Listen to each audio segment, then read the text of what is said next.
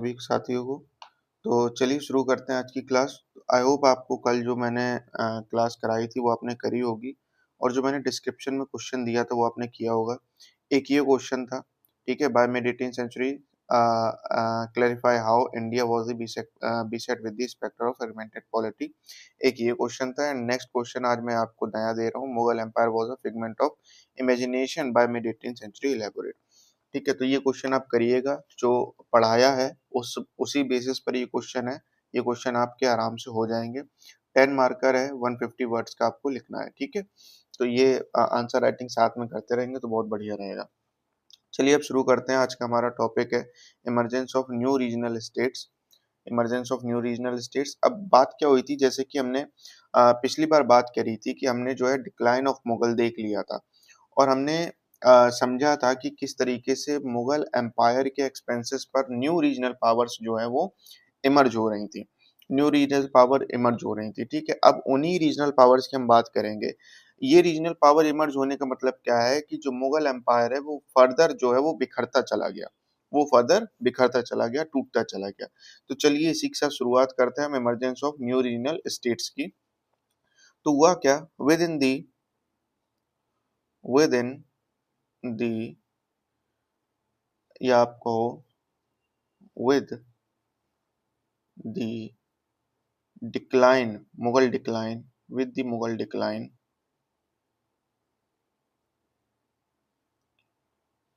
जो अथॉरिटी थी, मुगल डिक्लाइन की अथॉरिटी डिक्लाइन करी। फिर सूबादार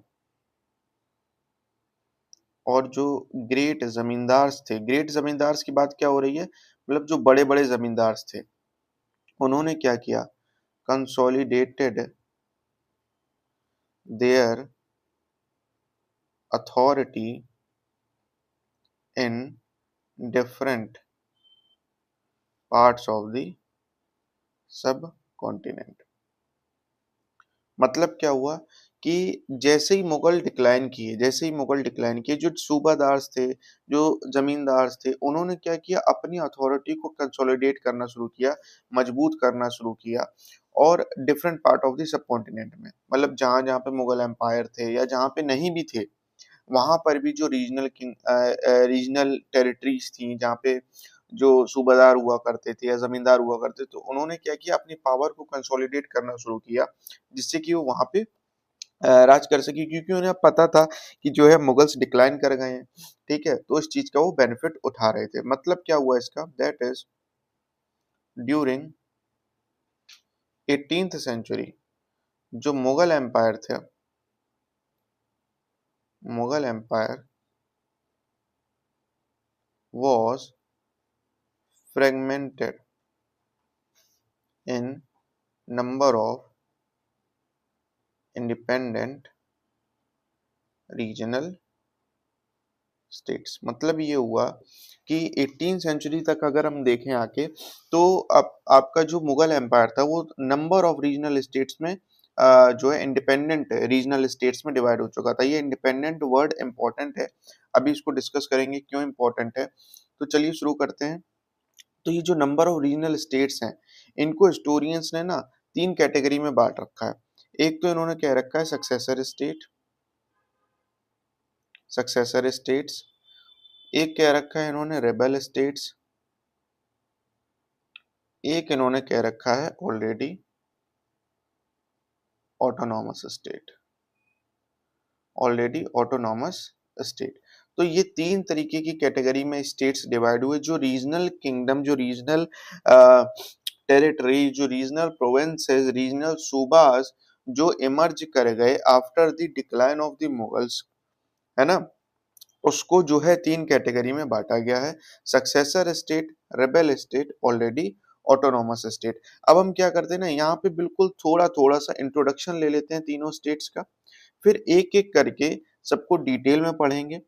ठीक है, और उस जैसे सक्सेसर स्टेट्स के अंदर बंगाल आएगा, हैदराबाद आएगा, अवध आएगा, उसको हम अलग अलग करके डिटेल में पढ़ेंगे। ठीक है, तो सक्सेसर स्टेट्स पहले देख लेते हैं।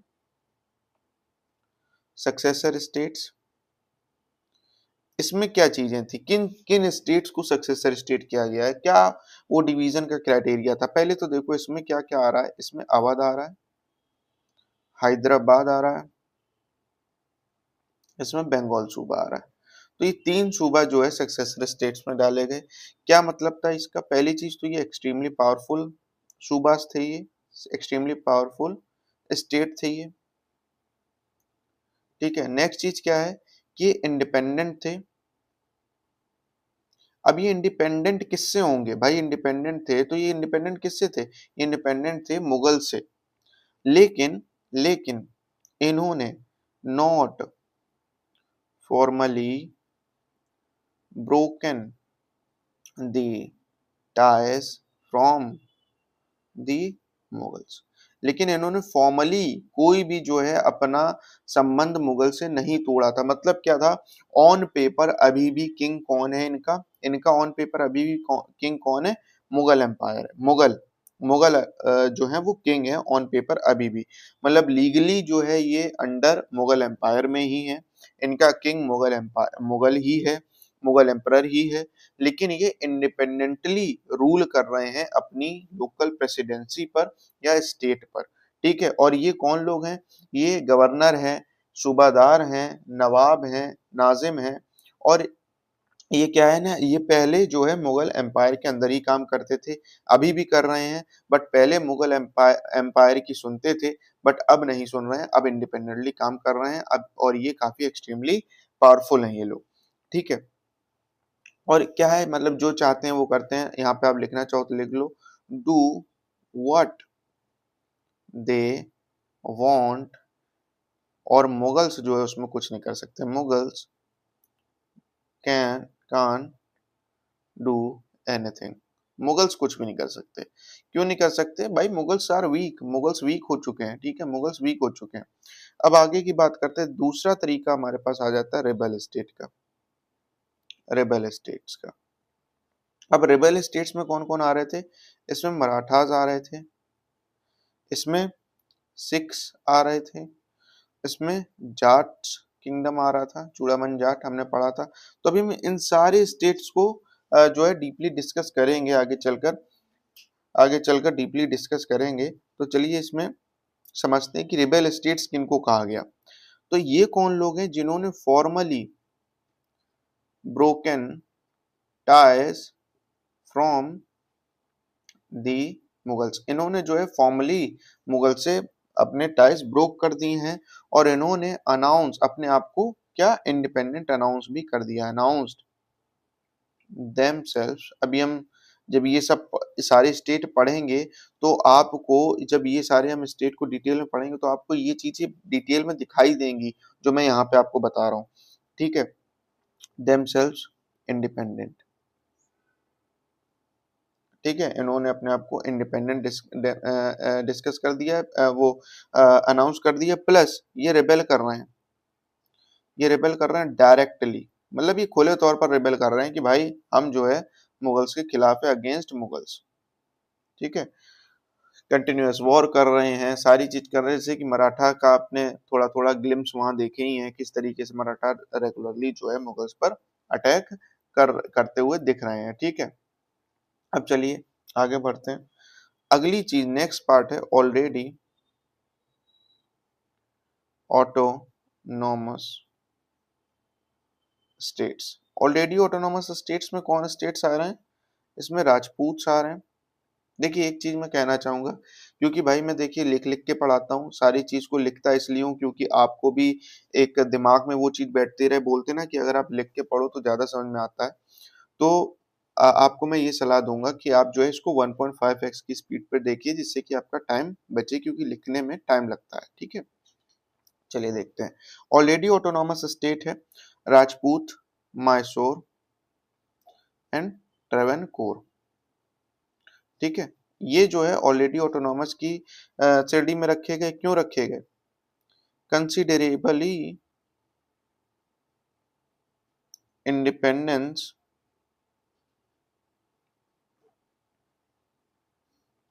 Under Mughals as they were given watan जागीर।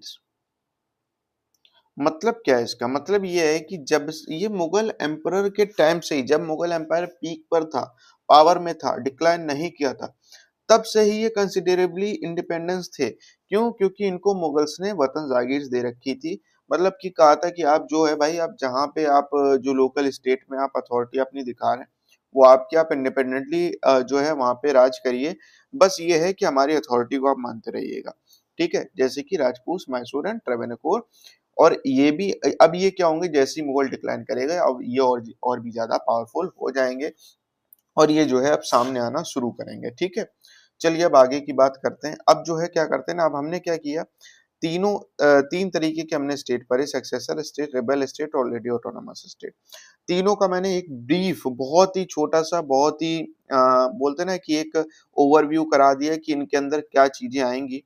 अब जो है इसको अब जो है और थोड़ा सा डाउन जाते हैं, और अब हम करके एक एक करके और डिटेल में जाते हैं। तो सबसे पहले अब हम शुरू करते हैं सक्सेसर स्टेट से। अभी हम और डीप जाएंगे, ये सक्सेसर स्टेट के लेवल पे गए हैं, फिर हम जो है एक एक करके स्टेट लेवल पर जाएंगे, एक एक करके हैदराबाद को डिस्कस करेंगे, बंगाल के डिस्कस करेंगे, अवध को डिस्कस करेंगे। चलिए सक्सेसर स्टेट को, ओवरऑल सक्सेसर स्टेट्स क्या थे इस चीज को समझ लेते हैं। पहले ना एक चीज मानिए, सपोज करिए कि अगर मैं सक्सेसर स्टेट हूँ, ठीक है, और मैं कोई डिसीजन ले रहा हूँ, कोई भी डिसीजन ले रहा हूँ, मान लो डोमेस्टिक पॉलिसीज में। डोमेस्टिक पॉलिसीज जैसे कि आप मान लीजिए, है ना, एक कोई भी इकोनॉमिक पॉलिसी है, कोई भी इकोनॉमिक पॉलिसी है, कोई भी पॉलिटिकल पॉलिसी, या कह दो पॉलिटिकल पॉलिसी है, कोई भी मिलिट्री पॉलिसी है, कोई भी सक्सेशन की बात जहाँ पे हो रही है। अगर मान लो मैं ये सारे डिसीजन, मैं माने सक्सेसर स्टेट्स, मैं ये सारे डिसीजन बिना किसी टेंशन के, बिना किसी चिंता के, बिना किसी कंसर्न के, किसके, मुगल एम्पायर के, बिना किसी कंसर्न के, मैं ये सारे डिसीजन इंडिपेंडेंटली अगर लेता हूं, without worrying about Mughal empire, तो क्या मैं इंडिपेंडेंट स्टेट हूं कि नहीं हूं? बिल्कुल हो जाऊंगा। भाई मैं कोई भी क्राइटेरिया छोड़ ही रहा हूँ, इकोनॉमिक कंडीशन हो, चाहे पॉलिटिकल हो, चाहे मिलिट्री हो, चाहे सक्सेशन की बात हो, सारी जगह ये स्टेट इंडिपेंडेंटली डिसीजन ले रहे हैं, इसलिए इनको इंडिपेंडेंट स्टेट, सक्सेसर स्टेट कहा जा रहा है। ठीक है, अब आते हैं इन पर, कोर बात इनकी करना शुरू करते हैं। एक क्वेश्चन दिमाग में आ सकता है कि भाई मुगल्स जो हैं इनको क्यों रोक नहीं रहे हैं, या इन पर क्यों जो है पाबंदी नहीं लगा रहे हैं, क्यों इन पर अटैक नहीं कर रहे हैं, क्या कारण है? भाई जाहिर सी बात है, हम पढ़ के आए हैं, मुगल्स मिलिटरली, इकोनॉमिकली हर जगह से वीक हैं, उनमें इतनी क्षमता ही नहीं है कि वो इन सक्सेसर स्टेट्स को रोक सकें, और इसी वजह से तो ये सक्सेसर स्टेट इमर्ज हुए हैं, क्योंकि वो वीक थे। ठीक है, कोर मतलब तो यही था ना। तो चलिए शुरू करते हैं। अब यहाँ पे हम सक्सेसर स्टेट्स की बात करना शुरू करेंगे। तो क्या था कि Mughal empire within Mughal empire certain powerful nobles. देखो मुगल एम्पायर जब है, तो मुगल एम्पायर में कुछ नोबल्स हैं जो काफी पावरफुल हैं। वो क्या कर, उनके साथ हुआ क्या, देखिए कैसे ये सक्सेसर स्टेट्स बने हैं, किस तरीके से पावर में है, मैं यहाँ पे ये समझाने की कोशिश कर रहा हूँ कि after getting appointed as governor, और नवाब कह लो, चाहे आप सूबादार कह लो, ये एक ही चीज है, एक ही पोस्ट है, बस नाम अलग है, चाहे आप निजाम नाजिम कह लो, तो ये सारे हैं। ठीक है, गवर्नर नवाब के तौर पर अपॉइंट कर दिए गए, सूबादार के तौर पर या नाजिम के तौर पर अपॉइंट कर दिए गए। इन लोगों ने फिर क्या करना शुरू किया, इन लोगों ने पावर को कंसोलिडेट करना शुरू किया, कंसोलिडेटेड पावर। अब पावर को इन्होंने कंसोलिडेट किया कैसे, हाउ, कैसे किया, चलिए वो देखते हैं। सबसे पहला काम जो इन्होंने किया वो किया by ending the system of checks and balances. Checks and balances का क्या मतलब है भाई, जो मुगल एम्पायर के, जो मुगल एम्पायर ना एक डिपार्टमेंट अपना अलग चलाता था चेक्स एंड बैलेंसेस का। इवन कोई भी मुनार्क रहा हो, वो अपना system of checks and balances का एक डिपार्टमेंट अलग चलाता है, जो क्या करते हैं, जो लोग पावर में हैं, उन पर नजर रखने के लिए मुगल एम्पायर एक अलग डिपार्टमेंट चलाता है। तो यही वो चेक्स एंड बैलेंसेस की बात हो रही है। तो सबसे पहले ये लोग क्या करते हैं कि भाई अगर इनको कोई चीज पता चलेगी ये मुगल एम्पायर में बता देंगे, क्योंकि मुगल एम्पायर उस टाइम मजबूत है, तो मुगल एम्पायर इनको जो है मजबूत होने नहीं देंगे, इनकी गवर्नरशिप नवाबशिप ये सब छीन लेंगे। तो इन लोगों ने क्या किया, जैसे ही अपॉइंट हुए, इन्होंने अपनी पावर कंसोलिडेट करने के लिए सबसे पहले system of checks and balances को ही खत्म कर दिया। ठीक है, अब मुगल एम्पायर तक पता ही नहीं चल रहा है कि नीचे क्या हो रहा है। ठीक है, इससे क्या हुआ, इस चीज से क्या हुआ, इसका रिजल्ट ये रहा, in concentration of power. Result ये रहा कि जो आपकी जो गवर्नर है, नवाब है, सूबादार है, नाजिब है, जो भी बनता, इनमें कंसंट्रेशन ऑफ पावर आ गया। कंसंट्रेशन ऑफ पावर का मतलब क्या है, भाई गवर्नर आपको बनाया गया है, नवाब आपको बनाया गया, मतलब आपको एक मनसब दिया गया, आपको एक काम दिया गया, लेकिन क्या सारे काम पर आप टॉप पर थोड़ी ना हो। एक फौजदार अलग होगा, एक वहां पर जो है वॉर कमांडर अलग होगा, ये सब अलग होंगे। ठीक है, ये सब हो सकता है मुगल एम्पायर के लॉयलिस्ट हो, आप लॉयल नहीं है, आप एज अ गवर्नर लॉयल नहीं है, बट ये war commander as a loyal हो। तो ये लोग क्या करेंगे, इनके पास क्या चाह रहा है कि ये जो पावरफुल पोस्ट है, ये जो पावरफुल पोस्ट है, इन पर ना अपने लॉयलिस्ट को बैठाएंगे। क्यों, जिससे कि इनके पास कंसंट्रेशन ऑफ पावर हो, चेक्स एंड बैलेंसेस को खत्म कर देंगे, जिससे कि इनके पास कंसंट्रेशन ऑफ पावर हो। और एक बार इनका टारगेट क्या होगा, इकोनॉमिक मेरे पास पावर आ जाए, मिलिट्री पावर मेरे पास आ जाए, मेरे पास एक जो है पॉलिटिकल पावर आ जाए, सोशल पावर, अगर ये सारी पावर इनके पास एक साथ हो गई, तो जाहिर सी बात है इनको रोकना फिर मुगल एम्पायर के लिए भी बस में नहीं रहेगा। और साथ में अगर एक काम और हो जाए कि अगर मुगल एम्पायर भी जो है डिक्लाइन कर जाए, मुगल एम्पायर भी कमजोर हो जाए, तो वही बोलते हैं ना कि और भी ज्यादा जो है ये लोग पावरफुल हो जाएंगे। और वैसे ही हुआ, भाई मुगल एम्पायर डिक्लाइन किया, इन्होंने system of checks and balances को खत्म करना शुरू किया, इन्होंने इंपॉर्टेंट पोजीशंस पर अपने आप को पावर में लाया। तो इस तरीके से आपको देखने को मिलेगा, इस तरीके से ये लोग पावर में, और ये इतने ज्यादा पावरफुल हो गए कि मुगल एम्पायर भी जो है इनको रोक पाने में असमर्थ थे। ठीक है, अब आगे क्या हुआ, now established themselves as autonomous by carving out successor state. भाई सक्सेसर स्टेट्स इन्होंने बनाए ऑटोनोमसली, मतलब क्या है, कुल मिला के इसका मतलब आप हल मतलब बोलते ना आमतौर की भाषा पे बोलो तो रूल इंडिपेंडेंटली। इस लाइन का मतलब रूल इंडिपेंडेंटली इन्होंने चालू कर दिया। ठीक है, लेकिन यहाँ पे एक बात जरूर रही, but never formally broken ties with the Mughal empire. लेकिन इन्होंने कभी भी मुगल एम्पायर से फॉर्मली कोई भी टाई नहीं छोड़ा। क्यों नहीं छोड़ा, इसका कारण था, वाई, भाई हर बार हम बात करते हैं वी आर यूपीएससी एस्पिरेंट, बिना रीजन की कोई बात नहीं करेंगे। तो क्यों ऐसा है, क्यों, because having personal ambitions in Delhi politics. भाई दिल्ली पॉलिटिक्स में इनकी पर्सनल एम्बिशंस थी, ये चाहते थे कि हम वजीर बन जाएं, हम मिर्बख्शी बन जाएं या मिरातिश बन जाएं। मिर्बख्शी क्या है, जैसे कि फाइनेंस मिनिस्टर टाइप इंसान, यूनियन फाइनेंस मिनिस्टर। मिर आतिश क्या है, जैसे कि यूनियन डिफेंस मिनिस्टर टाइप। तो इस तरीके की चीजें ये पाना चाहते थे। क्यों, अगर वो वजीर बन जाते हैं या मिर्बख्शी बन जाते हैं या मिरातिश बन जाते हैं, तो उनका पावर जो है वो सिर्फ सक्सेसर स्टेट तक ही सीमित नहीं रहेगा, पूरे मुगल एम्पायर में उनका इन्फ्लुएंस जाएगा।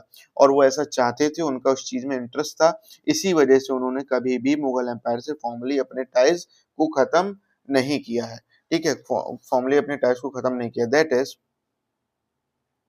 Desire for greater influence. Greater influence की इनके अंदर डिजायर थी, बाय होल्डिंग पोजीशंस जैसे कि वजीर, मिर्बख्शी या मिरातिश बोल लो, है ना? तो इस तरीके की पोस्ट पे डिजायर करते थे ये लोग, ये चाहते थे कि मुझे ये पोस्ट मिल जाए, ठीक है? क्यों मिल जाए उसका कारण हमने बता ही दिया। अब क्या हुआ ना, फिर उनने क्या किया, अगला काम वो क्या करेंगे, जैसा कि अभी मैंने कहा कि जो पोजीशन ऑफ पावर्स हैं स्टेट के अंदर, उनको उन पोस्टों पर अपने आप को पावरफुल करने का ट्राई करेंगे। कैसे करेंगे? पुट देयर लॉयलिस्ट्स, लॉयलिस्ट माने उनके परिवार का कोई बंदा या उनके भाईचारा या उनका लड़का वगैरह या उनका कोई भी ऐसा आदमी जो जिस पर वो बहुत भरोसा करते हो। Put loyalist in positions of power, उन्होंने क्या किया, जो पोजीशन ऑफ पावर्स थी उन पर अपने लॉयलिस्ट को बैठा दिया। जैसे कि कौन सी पोजीशन? जैसे कि दीवान, वॉर कमांडर, है ना, डेप्यूटी नवाब। तो इस तरीके की पोस्ट पर जो है इन्होंने अपने लॉयलिस्ट को बैठा दिया। अब जैसे इस तरीके की पोस्ट पर लॉयलिस्ट को बैठाएंगे प्लस साथ में system of checks and balances करेंगे, तो system of checks and balances को खत्म करेंगे, वैसे ही जो है मुगल एम्पायर की पावर जो है स्टेट से खत्म हो जाएगी, स्टेट हाथ से निकल जाएगा। और वही हुआ। साथ में इन्होंने और क्या किया, अब इकोनॉमिक पावर को गेन, अब यहाँ से देखो इनको पॉलिटिकल पावर मिल चुकी है, पॉलिटिक्स इनके हाथ में आ चुकी है।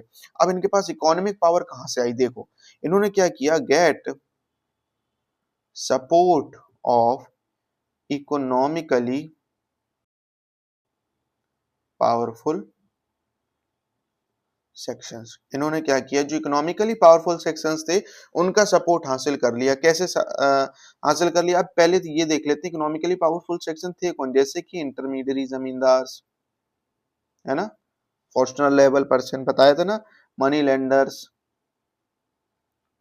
जो मनी को उधार पे देते हैं, merchants, businessman type, bankers, traders etcetera.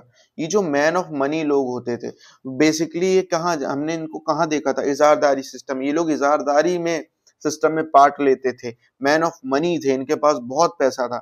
इनका सपोर्ट हासिल करने की कोशिश करी इन स्टेट्स ने और इन्होंने हासिल कर भी लिया। कैसे किया? कुछ रूल फॉलो किए होंगे, कुछ चीजें फॉलो की होंगी जिससे इनका सपोर्ट इनको मिल पाया। किनको? सूबादार को, गवर्नर को। कैसे? पहली चीज, पहला नंबर इन्होंने क्या किया, नॉट हैरेसिंग देम। भैया इनको हैरेस करना बंद कर दिया। मतलब हैरेस माने इनको परेशान नहीं करते थे खामखा में, इनकी प्रॉपर्टी में दखल अंदाजी नहीं करते थे, इनको इन पर जो टैक्स लेते थे वो काफी नॉर्मल लेते थे। इनको जो है मतलब कई चीजों में जैसे कोई लीगल प्रोसीडिंग हुई वहां पे इनको तवज्जो दे देते थे। तो इस तरीके से इनको जो है इन्होंने जो है ना संरक्षण का काम दिया, तो इस वजह से इन्होंने इनको सपोर्ट दिया। फिर not applying, one minute,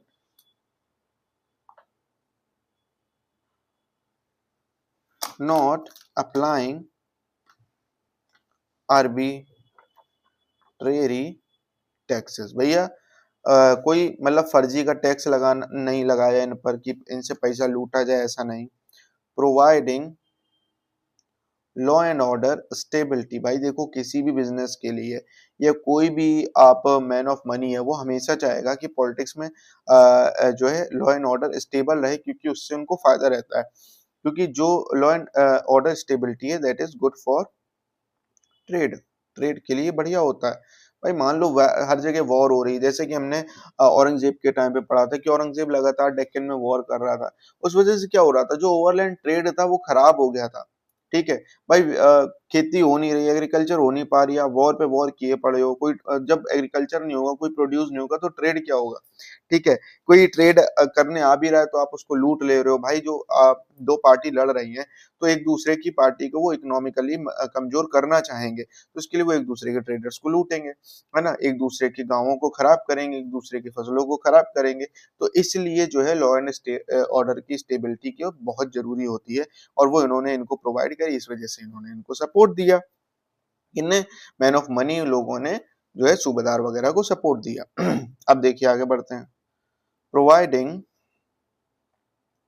security to property. भैया प्रॉपर्टी की सिक्योरिटी दी। देखो जैसा कि हमें पता है उस टाइम होता क्या था, सारी जमीन बिलोंग करती थी किससे, किंग से या जो पावर में है उससे। तो उन्होंने ना उस चीज पे स्टेबिलिटी प्रोवाइड कर दी कि भाई आप टेंशन नहीं लो, आपसे हम ये छीनेंगे नहीं, आपकी वेल्थ, आपकी प्रॉपर्टी आपसे हम छीनेंगे नहीं, आप बिल्कुल निश्चिंत रहो, टेंशन फ्री रहो। तो जाहिर सी बात है ये सपोर्ट तो देंगे ही। फिर पांचवी चीज क्या है, ये जो पॉइंट मैं पांचवा पॉइंट बता रहा हूं, ये इंपॉर्टेंट है क्योंकि ये नया पॉइंट है। ऐसा पहले कभी नहीं हुआ था कि डिस्ट्रीब्यूटिंग मनसब्स टू देम। भाई क्योंकि ट्रेडिशनली क्या होता था,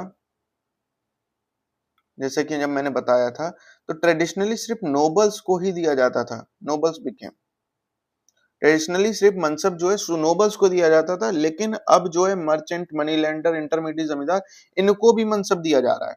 तो ये एक नई चीज थी। तो जाहिर सी बात है जब ऐसा होगा, मनसब या जागीर बोल लो, ऐसा होगा तो ये तो फिर बहुत ही ज्यादा खुश हो जाएंगे जो मैन ऑफ मनी है, क्योंकि इनको एक पॉलिटिक्स में हिस्सा लेने का मौका मिल रहा है। ठीक है, तो ये चीज थी जिस वजह से इनको इकोनॉमिक सपोर्ट मिल गया। उसके बाद और क्या चीज हुई, फिर इन्होंने और भी ज्यादा इकोनॉमिक फायदे लेने के लिए एक काम और किया, इन्होंने क्या किया, establish strong and efficient revenue administrative to increase monetary strength. Monetary strength बढ़ाने के लिए इन्होंने क्या किया, एक बहुत ही तंगड़ा और काफी कारगर रेवेन्यू एडमिनिस्ट्रेशन इन्होंने स्टेब्लिश किया। बेसिकली आपको यहाँ देखने को मिलेगा इजारादारी सिस्टम का राइज होते हुए देखने को मिलेगा। यहाँ पे काफी ज्यादा इजारदारी सिस्टम का राइज होगा, क्योंकि यहाँ पे जो है आप देखो man of money, money lender वगैरह ये राइज हो रहे हैं।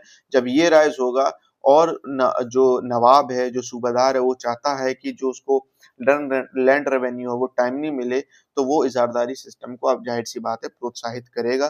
तो यहाँ पे एक strong and efficient revenue administration भी बढ़ता हुआ देखने को मिल जाएगा। फिर अगली चीज, अब ये जब सारी चीजें हो गई, तो जाहिर सी बात है जब उसके पास political power, economic power, military power तो थी ही उसके पास, कैसे थी, क्योंकि वो खुद मनसबदार था ना, मुगल के टाइम पे खुद मनसबदार था, उसके पास मिलिट्री थी, वो उसके पास सवार थे, वो मिलिट्री मेंटेन कर रहा था। तो सारी तीनों पावर उसके पास है ही। तो फिर भाई उसको कौन रोक सकता है। फिर उसके बाद क्या हुआ कि बेगन रूलिंग, तो भाई इंडिपेंडेंटली रूल करना चालू कर देता है, इंडिपेंडेंटली। अब कैसे चालू करता है, हमें कैसे पता चला कि वो जो है इंडिपेंडेंटली रूल कर रहे हैं, कैसे पता चला। ठीक है, पहली चीज, डिस्ट्रीब्यूटिंग मनसब या जागीर विदाउट परमिशन और कंसल्टेशन ऑफ मुगल एम्पायर।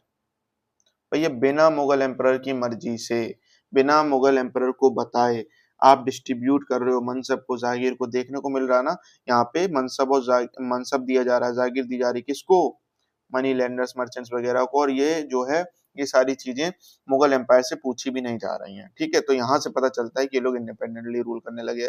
और क्या चीजें पता चलती हैं, जैसे कि ऑटोनॉमी इन इम्पोर्टेंट मैटर में ऑटोनॉमी हमें देखने को मिली। इंपॉर्टेंट मैटर जैसे कि कोई मैटर है, कोई मैटर्स है, मैटर ऑफ कोई वॉर एंड पीस है, कि कहाँ वॉर करनी है, कहाँ पीस करना है, कुछ नहीं पूछा जा रहा है मुगल एम्परर से। सब ये मनसबदार जो नवाब हैं, सूबादार, सब अपनी मर्जी से काम कर रहे हैं। साइनिंग ट्रिटी, ट्रिटी साइन हो जा रही है, मुगल एम्परर को पता ही नहीं है, साइनिंग ट्रिटी। फिर डोमेस्टिक पॉलिसीज, जो डोमेस्टिक पॉलिसीज हैं उन पर डिसीजन इंडिपेंडेंटली हो रहा है, जैसे कि हम अभी ऊपर देख के आए डोमेस्टिक पॉलिसीज में। ठीक है, तो इन सारी चीजों से ये जो सबूत हैं जो बताते हैं कि ये जो रीजनल किंगडम ये इंडिपेंडेंटली जो है वो रूल कर रहे थे। अगली चीज क्या है, gradually reducing financial reporting to revenue of revenue collected to Delhi, that is books of account. भैया बुक्स ऑफ अकाउंट भेजना शुरू कर दिया, कहाँ से कितना लैंड रेवेन्यू कलेक्ट हो रहा है, कहाँ कितना रुपया खर्च हो रहा है, कितना रुपया आ रहा है, कुछ भी बताना ही नहीं है मुगल एम्परर को। सब मर्जी होगी तो बताएंगे, नहीं मर्जी होगी तो नहीं बताएंगे।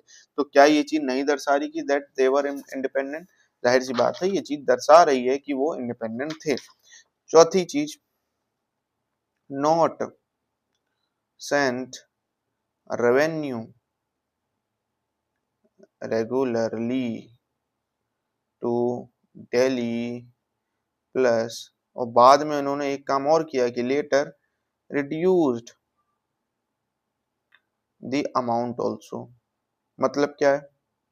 मतलब ये है कि भैया जो लैंड रेवेन्यू कलेक्ट हो रहा है वो आप दिल्ली भेज ही नहीं रहे हो। बेसिकली आप हो तो मुगल एम्पायर के अंतर्गत, ये रहा रीजनल किंगडम, ये रहा रीजनल किंगडम, ये रहा सक्सेसर स्टेट, लेकिन आप जो है वहां से रेवेन्यू कलेक्शन हो रहा है, आप जो है उसको दिल्ली भेज ही नहीं रहे हो। जब मर्जी है भेज दे रहे हो, जब मर्जी है नहीं भेज रहे हो। जैसे कि अलीवर्दी खान बंगाल का, उसके पहले के नवाब भेजते रहे, अलीवर्दी खान मना बंद कर देगा भेजना। अभी हम जब बंगाल सूबे के बारे में पढ़ेंगे तब हम ये चीज पढ़ेंगे, ठीक है। और प्लस क्या किया, अगर किसी ने भेजा भी है तो जो अमाउंट है वो भेज दे रहे हैं, कभी कम करके भेज दे रहे हैं, कभी सही भेज दे रहे हैं। मतलब तो इन सारी चीजें बता रही हैं कि ये लोग क्वाइट इंडिपेंडेंट थे, ये लोग जो है इंडिपेंडेंटली रूल कर रहे थे, ये सारे प्रूफ दे रहे हैं। और एक फाइनल जो था, जो काफी बोलते हैं ना, काफी इंपॉर्टेंट चीज आप कह लो, ये काफी बड़ा झटका था मुगल एम्परर के लिए, और इससे पूरी तरीके से प्रूफ हो जाता है कि मुगल एम्पायर डिक्लाइन कर गए थे, उनके कोई पावर नहीं था और ये सक्सेसर स्टेट इंडिपेंडेंट थे। सारी चीज ये डिफाइन कर दे, that is established dynastic rule on that. भैया डायनेस्टिक रूल स्थापित कर देते हैं। मतलब क्या है?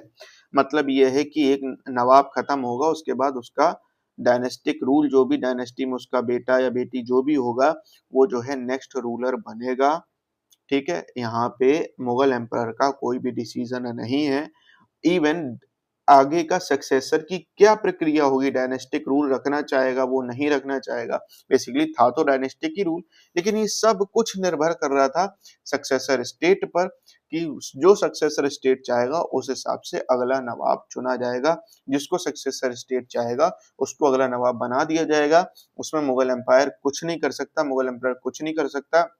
मुगल एम्परर सिर्फ क्या करेगा, जो भी डिसीजन ले लिया गया है नवाब के द्वारा, गवर्नर के द्वारा सक्सेसर स्टेट्स के, उसको जो है वो कंफर्म कर देगा और जो है अपनी मोहर लगा देगा, साइन कर देगा और काम खत्म। ठीक है, तो ये बहुत बड़ी बात है, क्योंकि जो है एक अधिकार खत्म हो गया है मुगल एम्परर का अब मनसब को अपॉइंट करने का, कि ये मनसब किसको दिया जाएगा, गवर्नर का मनसब किसको दिया जाएगा, यही अधिकारी खत्म कर दिया यहाँ पे। That is Mughal emperor lost power to appoint future governor of successor state। Future governor of successor state के लिए भैया अब मुगल एम्पायर के पास पावर नहीं है, बस लीगली पावर है, लीगली हैज पावर, लीगली तो पावर है उनके पास, legally has power, but in practice not है, लेकिन प्रैक्टिस में कोई पावर नहीं है। देयरफॉर नो ऑप्शन, उनके पास कोई ऑप्शन नहीं है but to confirm the decision already taken by the nawab. भैया नवाब के द्वारा जो ऑलरेडी डिसीजन ले लिया गया है, वो डिसीजन को मुगल एम्परर को कंफर्म करना है, मुगल एम्परर कर कुछ नहीं सकता है। ठीक है, तो यहाँ पे हमारा सक्सेसर स्टेट का एक इंट्रोडक्शन खत्म हुआ है। ठीक है, ये एक इंट्रोडक्शन हो गया सक्सेसर स्टेट का पूरी तरीके से। अब हम क्या करेंगे, जो सक्सेसर स्टेट हैं बंगाल, हैदराबाद और आपका ये अवध, इनको जो है हम डिस्कस करेंगे एक एक वन बाय वन करके। ठीक है, वन बाय वन करके डिस्कस करेंगे, डिटेल में डिस्कस करेंगे। जैसे कि कल हम जो है बंगाल सूबा को खत्म करेंगे और कोशिश करेंगे कि हैदराबाद भी खत्म हो जाए, हैदराबाद सूबा भी खत्म हो जाए। कल ये दोनों का टारगेट रखेंगे कि बंगाल सूबा और हैदराबाद सूबा को कल खत्म कर देंगे, और इस तरीके से हम आगे बढ़ बढ़ के सारा सिलेबस खत्म कर देंगे। ठीक है, सो आई होप आपको वीडियो बढ़िया लगा हो, अच्छा लगा हो, और मेरा पढ़ाने का तरीका आपको अच्छा लगा हो तो प्लीज़ लाइक कर देना, subscribe, share, and thank you so much. जय हिंद, जय भारत।